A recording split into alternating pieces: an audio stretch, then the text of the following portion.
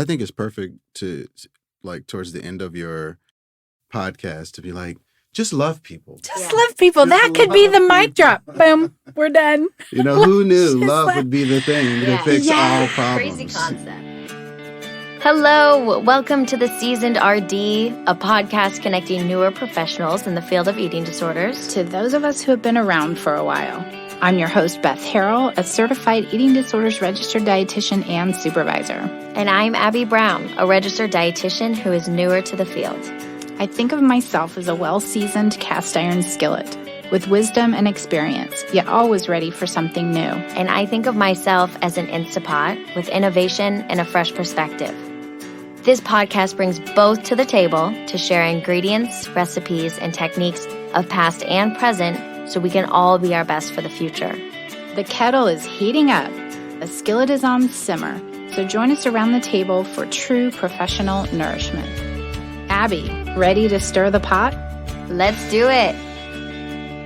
Oh my gosh, again, I am listening to my own voice while preparing this episode, realizing why I like to have guests to kind of dilute my own voice. But also, I don't finish my sentences as I'm listening back. Anyways, if you could see my computer screen right now as I pull this episode together, even after doing more than 70 episodes, I still have stuff everywhere. I don't have a diagnosis of ADHD, but wow, don't look at my screen if you need a sense of tidiness. So today we're part 2 of 3 of the Unplugged, a reason, a season, and moving into a new season with the podcast closing out. I have to say I've been getting more comments from people. Why do you have to stop? Can you put it on simmer? Can it still be there? Can you do it a little bit less often? I don't know. I'm going to have to say I don't know exactly where we'll go at the end of March. And I'm a believer, too, that people come into our lives for a reason.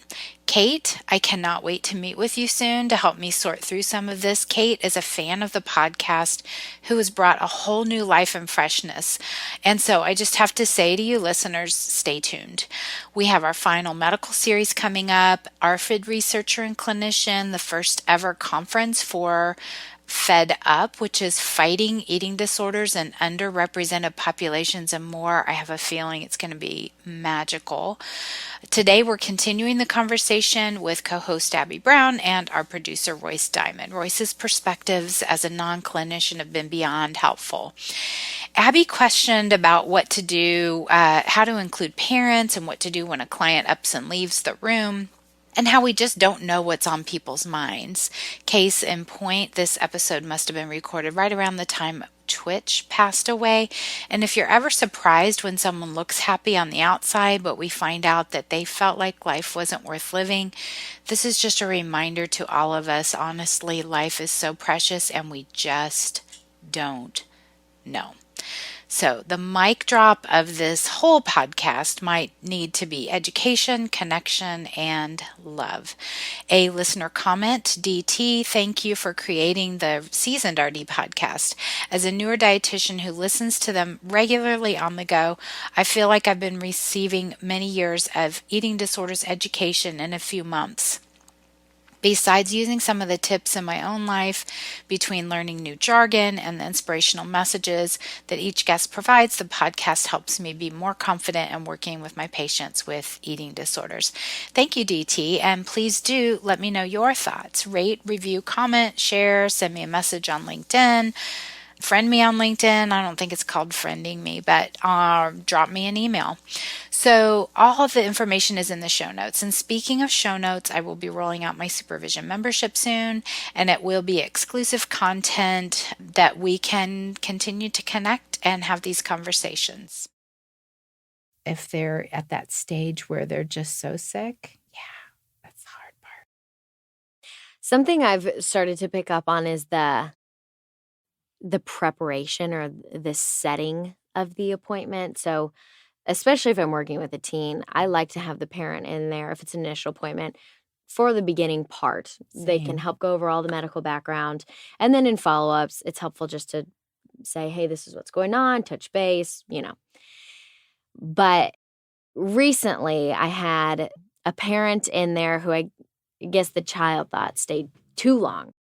And then the patient became very uncomfortable with that and just walked out. It was like, well, if you're going to stay in here and keep talking, then if I'm not allowed to speak, then I'm going to leave.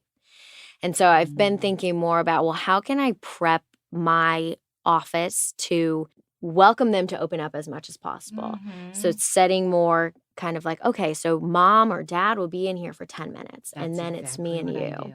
I've started playing music. Do you use Spotify? I don't, but Okay. Well, Spotify does like a Wrapped at the end of the year where they tell you your top songs and all of that.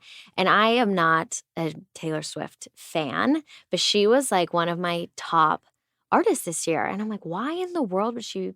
And then I thought of it. All of my teens want to hear Taylor Swift. Interesting. So during our appointments, I have Taylor Swift playing quietly in the background. But I think really like just nice. prepping them helps a little bit more. That is brilliant. I mean, the music, it's kind of, it fits them, it suits them. If you worked in a treatment center at meal times, they try to do that kind of thing as well with music in the background. And maybe things that table topics so that you can talk about the weather, you can talk about whatever doesn't tend to, polarize people. But there's only so much. You definitely are not supposed to talk about food or your body or weight or any of our therapy at the dinner table.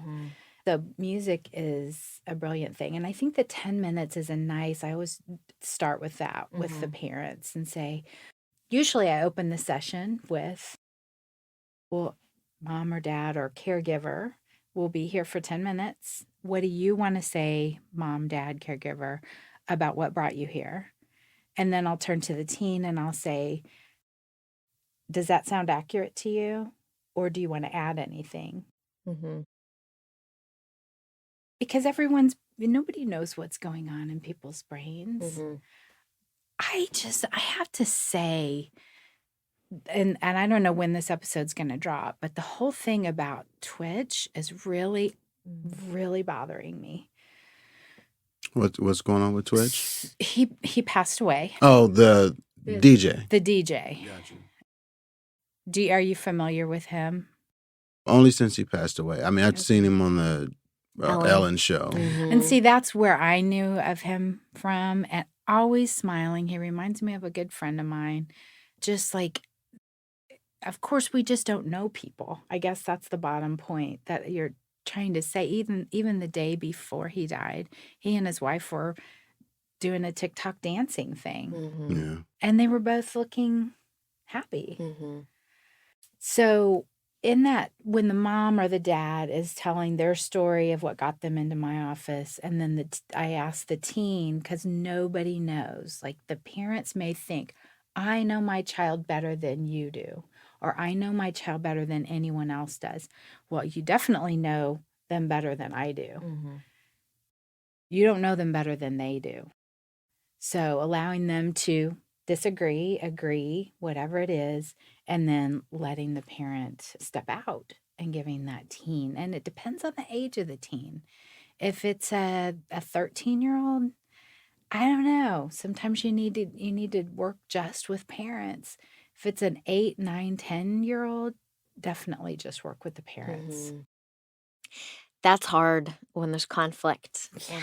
I know we're not taught how to do this. And I hate it. I do too. Oh, it's so awkward. I can feel myself like pushing backwards in my seat and like looking back and forth. What are they going to say? That's one thing I haven't gotten very good at yet. Yeah. I just feel out of my element a bit. Well, and do you think that that's part of what helped you make a career change recently? Maybe. I think it's a lot of things. I can't really even pinpoint it. Flexibility is going to be nice. I will want to come back to Kansas City eventually. I love Dallas. I feel like that's where I have really started to flourish. But, we'll come back eventually. And so a different job will help me out a lot with that. And I just am not feeling extremely passionate about working with this population anymore. And not to say that I don't think it's still such an incredible population and something that needs to be studied more. We need to have more research and just knowledge and education in this area. And I mean, that's something this podcast has taught me a lot. All of the experts we've talked to, we're missing a lot in this field still. And I strongly think I will always be an advocate, but I just don't think it's not for me to be one-on-one with the patients anymore. Yeah. Yeah. And that's where we just embrace all of that of like, we all evolve the way that we need to evolve. And I'm going to use this as an example. If a potential client chooses someone else over me after we've talked, I like that because then they have made a choice based on who they feel most comfortable with. Mm-hmm. You know, I'm supervising someone and a client chose them over me. Same kind of thing. We want them to find who they're most comfortable with. Mm-hmm. And it doesn't feel so great at the time. But we always want people that we work with to choose whatever is the best path for them. How many of our guests started out in different fields? A lot. Yeah. And I think that's, I guess, in any career path, but if we're talking specifically dietetics, so many of us are very type A. Like, okay, this is the field I'm going to enter into, and I'm staying on this specific path, and I will elevate and become the manager and up and up and up from there. And it just doesn't always work that way. No. And it kind of sucks. It feels so uncomfortable to not know what you're doing or even what you want to do. And we have to think about finances, and it's extremely overwhelming. And we have always talked about this podcast is for newer professionals in the field and experienced professionals. And for the newer professionals, and especially if younger professionals as well, we're trying to figure out how to become an adult and do all of these things. And then now you want to change your jobs. It's a lot. Can you tell me about the mountain analogy that your mom used? Oh, gosh. The mountain analogy. So my mom is a dietitian, and she has been a dietitian for a long time.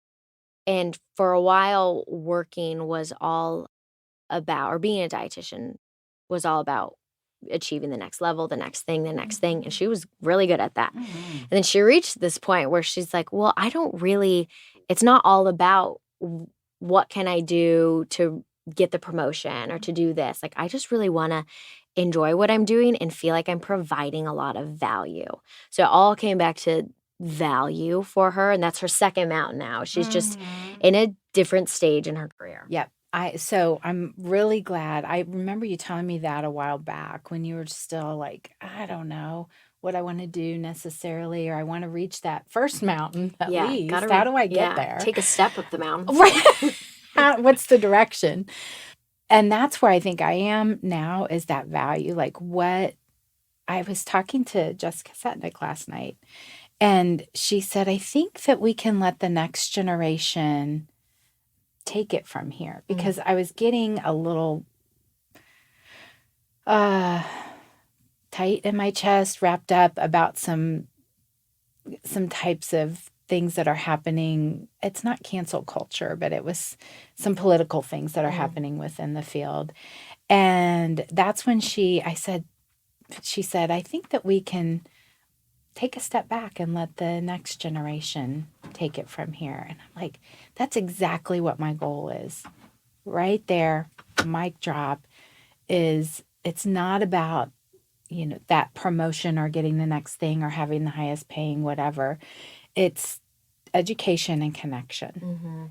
Education and connection. And so I get to bring up the next generation of professionals, teaching them what I know and listening to what they know and putting that together. Like Adele LaFrance had put in her podcast, she said, I've been on podcasts a year ago, and I don't even agree with myself now of what I said then. that just opens it up to all of us to say, keep your eyes open and your ears open. And probably the biggest message from her is keep your heart open, because she's working also towards psychedelic research and eating disorders care, but also using love as a using therapy. love. Yeah. I was pointing to my heart, and you were going to say that anyway. And what did she call unconditional regard? Was the medicalized way of describing love. And I think that is going to be the biggest healing therapy that we can give to our clients, to show up and be there with them through the thick and the thin. So, Royce, I have a question for you. Okay. Is there anything that, well, first of all, mountains or beach? Mountains. Yeah? Yeah. Look at his But shirt. just recently. Yeah. Rocky Mountain. A Rocky Mountain National Park.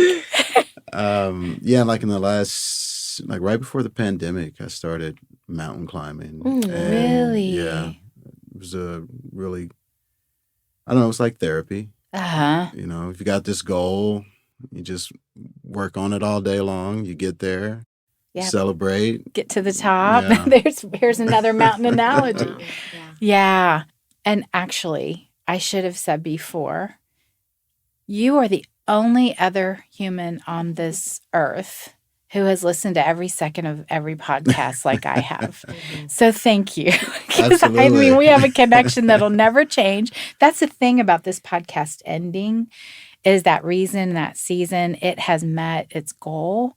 And I'm going to be sad because I don't get to connect in the way that I'm doing with people, but we'll always have that. Yeah. And like, I don't know if you were recording before when we were talking about that, but when we, with the cast iron skillet, Oh, were you recording? I wasn't recording that. Okay.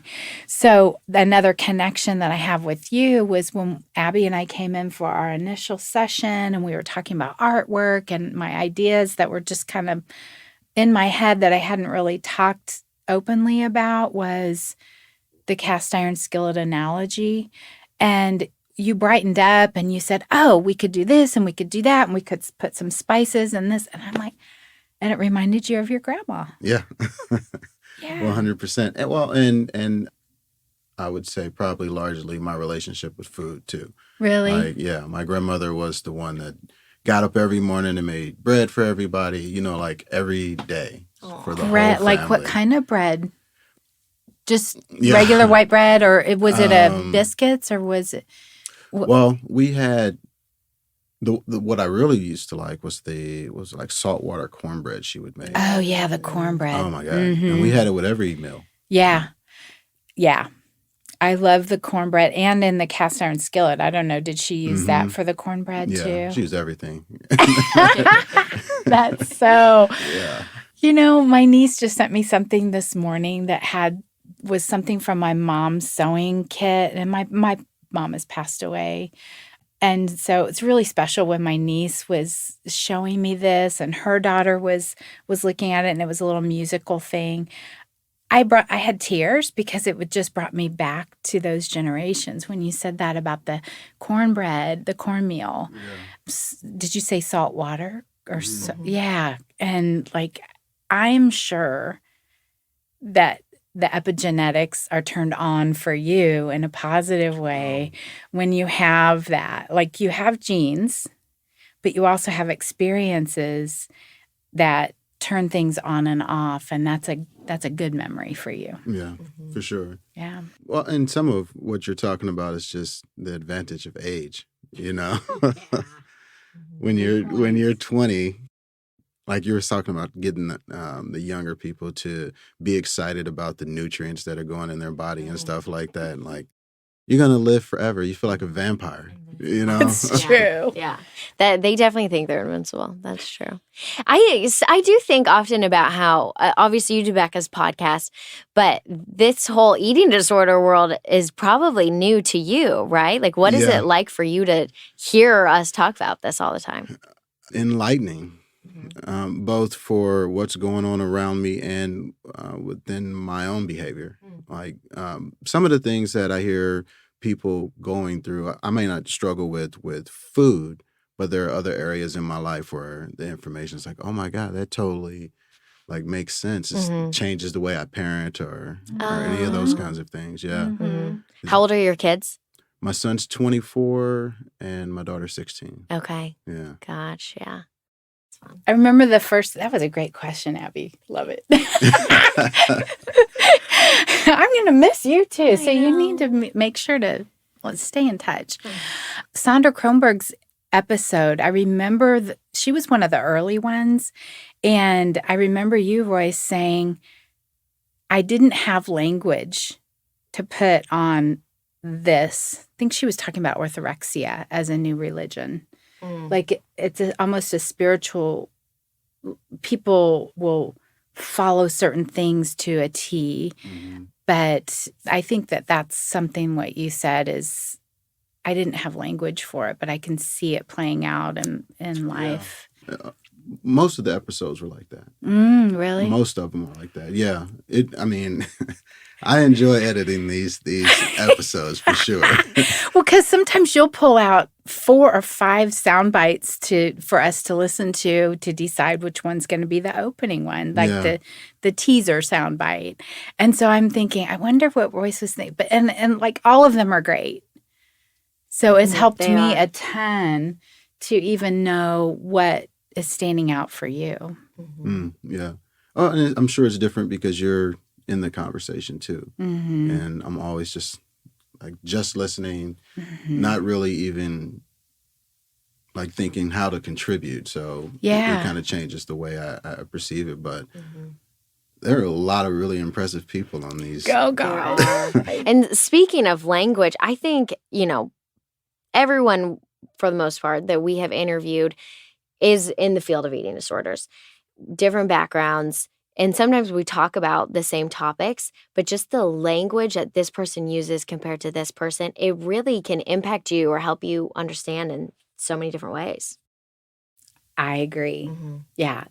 How many episodes do we have so far? Like 70 or 77 or 78, something like that. So, and when you said, they're talking about similar things, but we get something different, a different nugget. That's what I call it from each episode. And even a different approach. Yeah. Yeah. Emotion focused family therapy is what got me with Adele initially, and now love and psychedelic work, and which I think is perfect to like towards the end of your podcast to be like, just love people. Just love people. That could be the mic drop. Boom. We're done. Who knew love would be the thing to fix all problems. Crazy concept. Yeah. And I think that that's part of what I want to, when this is over, I get to then consume other people's materials. For example, Becca sent me on the 10% Happier podcast. I have so many books, like stacks of them, and so many podcasts that even my Apple Watch is telling me, you're too full. There's not enough room. You need to delete some. But I don't get to them. And so then I can start to be more intentional about getting to them. But there was one that she sent me from 10% Happier called Calling In versus Calling Out. And cancel culture being such a huge thing. Part of my journey over the last maybe year and a half has been diversity and inclusion stuff, like trying to get in to understand about transgender, I have had different supervisors, I'm going to call them teachers, because I consult with them if I have a client who my teachers have specific experience with. And then this was a Black woman who talked about her advocacy and the calling out culture doesn't help anyone. Calling people in, when you said love, if we could just end this whole podcast with that, that's what it really is. Even people who you don't agree with, they're people and they have something in there. There's something in there. in our humanity. So she talks about the 90 percenters, and I'm visualizing like circles. She's the middle circle, and then the 90 percenters. So this group aligns with 90% of her. Then there's the 0 percenters. Like she's not even going to worry about them. But then the 25 percenters and the 75 percenters. And so how she navigates pulling in people. And it truly is about looking at humanity and love. So building bridges and not burning building them. bridges and not burning them. And I'm going to tell you because I'm going back to the mountains versus beach, and I'm a mountain person. I say that often. Like, I'm just not a water person as much. So even when Margot said lakes, we were like, oh, yeah, it's not a binary world. Right. Like mountains, beach, or lake. She's totally a lake person.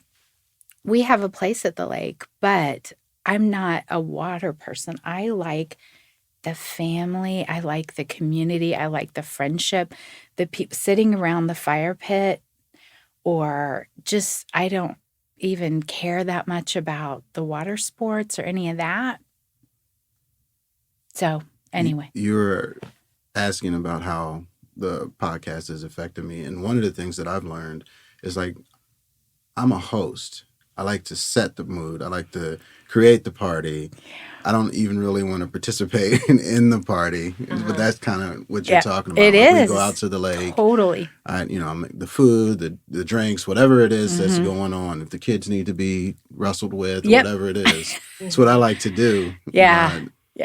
Anyway, I learned that going through this process with you guys. Yeah. Just thinking about myself in a different way. For sure. So Like breakfast or abstractly. dinner? So, okay. Because I was thinking about how I would answer that one too. Breakfast, but because when my kids were small, I always had time to make breakfast for them. So we would do the way our house faced, we would watch the sunrise, and we'd do like little quizzes and little games and things like that over breakfast every morning. Like all of their lives till about sophomore year for my daughter. My son moved out, but about sophomore year, she was like, I'm kind of over it. Like, I'm going to do my thing. Yes. But I always. And it was hard because I worked in the studio, so I was here late at night. Yes. So I ran home, jumped in bed, jumped up, and made breakfast every morning. That was that time to be together. I think some of our guests have said that it's not as much about what the meal is as much as the together and the connection. And after school, they're like, he was in karate, she was in swimming and dance and like all these things. So it's like really more like activity driven. But in the morning, I had their attention. Yeah. Yeah. So. And you're giving them breakfast. You're nourishing them for the day. Yeah. I grew up in a family where we always did family meals. You know, you sit down for dinner in between all of the sports and everything. And I do wonder how that plays a role in eating disorders. If we had more family meals, would that make a difference? Obviously, there's a lot of things that impact an eating disorder, but I do wonder about that one. And I do think, and this is where I'm not huge into research and delving into all the journal articles and pulling them apart. So don't even try to have a debate with me because I will lose. So I'm just going to say, but I think there's some articles that really say that family meals are a cornerstone. And not only family meals, but family meals where we're not, I have a memory of a woman who was growing up during the World War II. And she had said my dad had the TV on and they were doing the body bag count at dinner time. Oh, wow. So, it's not just sitting together, but it's having conversations that aren't like, why did you get this grade that you did? Or no one's digging on anyone. Exactly what's happening at dinner. Or even if it's, benign, like where I need to be Thursday, or I've got this thing that I've got to do. Sure. I need help with this. I think dinner kind of gets hijacked because you're at the end of your day. Yeah. Right. Yeah. Oh my gosh, that is so true. So breakfast would be yours. Yes. And I'm going to say right now in my life, breakfast would be mine. But when the kids were younger, it was dinner Mm. because that was the time that we were together, and we tried really hard. And I was the one doing all the cooking, even though I was working and my husband was working. I had my spring meals, I had my summer, I had a rotation, just like food service management. Oh my gosh. Taking me back. I know. Because your mom and I worked together Oh, yeah. in food service for long-term care facilities. And so we would change out the menus, and I had that for my family. Yeah. I think I can recall her sitting down with my dad, like, Jim, I need you to come up with meal ideas for this menu. I need help. True. Let's lean on each other and learn from each other so we can grow together as professionals in this field of eating disorders. If you want to connect with me for supervision or membership with monthly content, please find me at bethharrell.com/professionals.